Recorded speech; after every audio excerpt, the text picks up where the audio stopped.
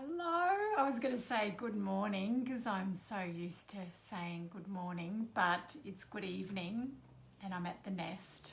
And I thought I would come and share a story from Women Who Run with the Wolves. I just started an amazing journey with Andrea Lopez called Mama Medicina, and she shared this story in it, which is totally perfect for where we are at. Hey, Heather. Oh. So, here we go. I'm going to see if I can actually read this because my eyes are not very good at night. A healthy woman is much like a wolf, robust, chock full, strong life force, life-giving, territorially aware, inventive, loyal, roving. Yet separation from this wildish nature causes a woman's personality to become meagre, thin, ghostly, spectral. We are not meant to be puny with frail hair and an inability to leap up, inability to chase, to birth, to create a life. When women's lives are in status, it is always time for the wildish woman to emerge. It is time for the creating function of the psyche to flood the delta. How does wild woman affect women? With wild women as ally, as leader, as model, teacher, we see not through two eyes, but through the eyes of intuition, which is many-eyed.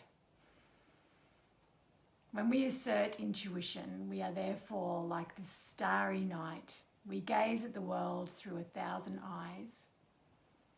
The wild woman carries the bundles for healing. She carries everything a woman needs to be and know. She carries the medicine for all things.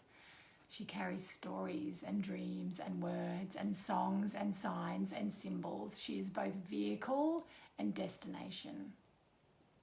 To join this instinctual nature does not mean to come undone.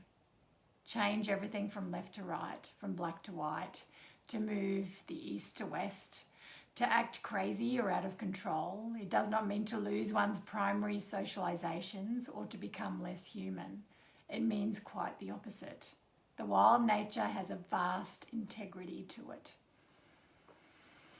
It means to establish territory, to find one's pack, to be in one's body with certainty and pride, regardless of the body's gifts and limitations, to speak and act in one's behalf, to be aware, alert, to draw on the innate feminine powers of intuition and sensing, to come into one's cycles, to find what one belongs to rise with dignity, to retain as much consciousness as we can. The archetype of the wild woman and all that strands behind her is patroness to all painters, writers, sculptors, dancers, thinkers, prayer makers, seers, finders, for they are all busy with the work of invention, and that is the wild woman's main occupation.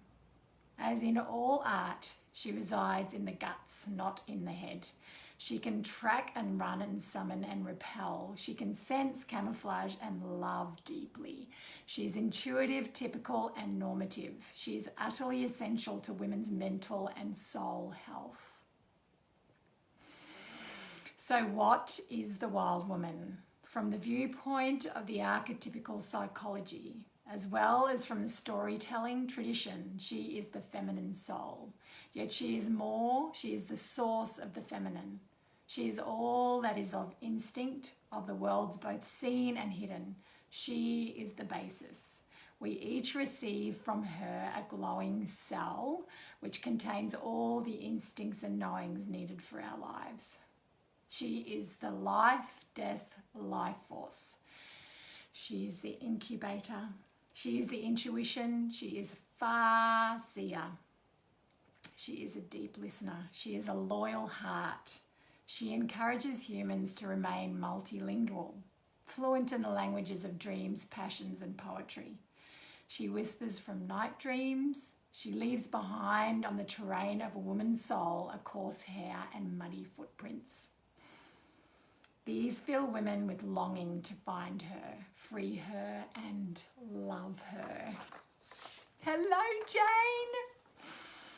Wild woman. This is from Women Who Run with the Wolves.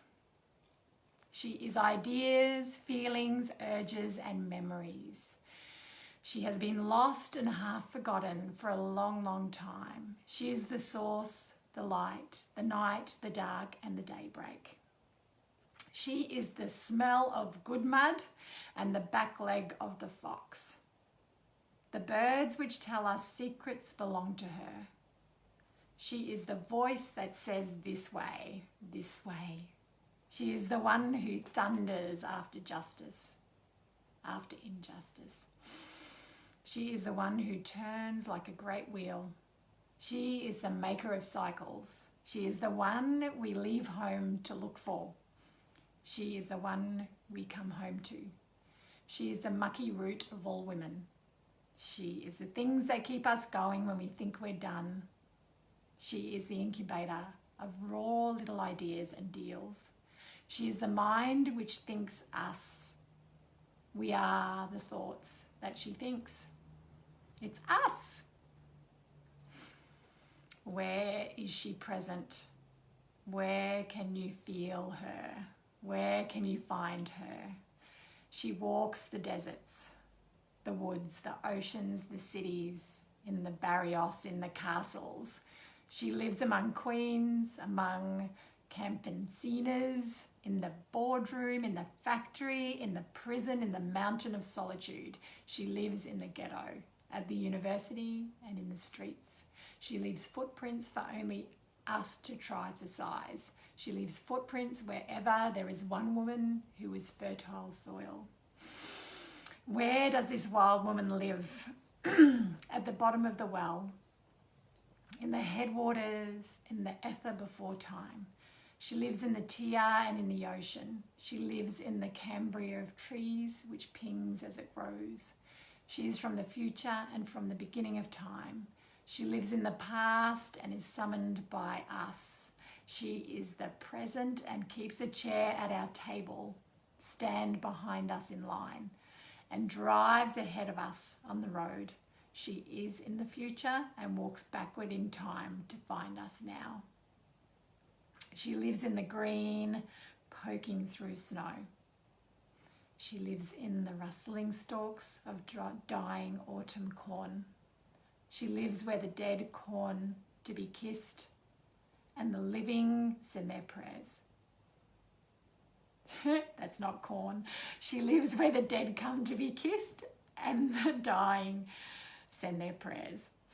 She lives in the place where language is made. She lives on poetry and percussion and singing. She lives on quarter notes and grace notes, and in a cantina, in a sestina, and in the blues. She is the moment just before inspiration bursts upon us. She lives in a faraway place that breaks through to our world. People may ask for evidence, for proof of the wild woman's existence. They are essentially asking for proof of the psyche, since we are the psyche. We are also the evidence. Each and every one of us is the evidence of not only wild women's existence, but wild women's condition to the collective. We are the proof of this inevitable female human. Our existence parallels hers. Our experience of her within and without are the proofs. Our thousands and millions of encounters with her intra-psychically through our night dreams and our day thoughts, through our yearnings and our inspirations. These are the verifications. The fact that we are bereft in her absence, that we long and yearn when we are separated from her. These are the manifestations that she has passed this way. from Women Who Run with the Wolves, Clarissa Pincoya Estes. Oh, feel that wild woman within yourselves, beautiful ones. Oh, hello, Kerry. I'm almost at the end. I'm at the end of the story, but you must listen from the beginning because it's glorious. And listen and take that wild woman in with you to your dreams. I will see you very soon. Sweet dreams, beautiful women.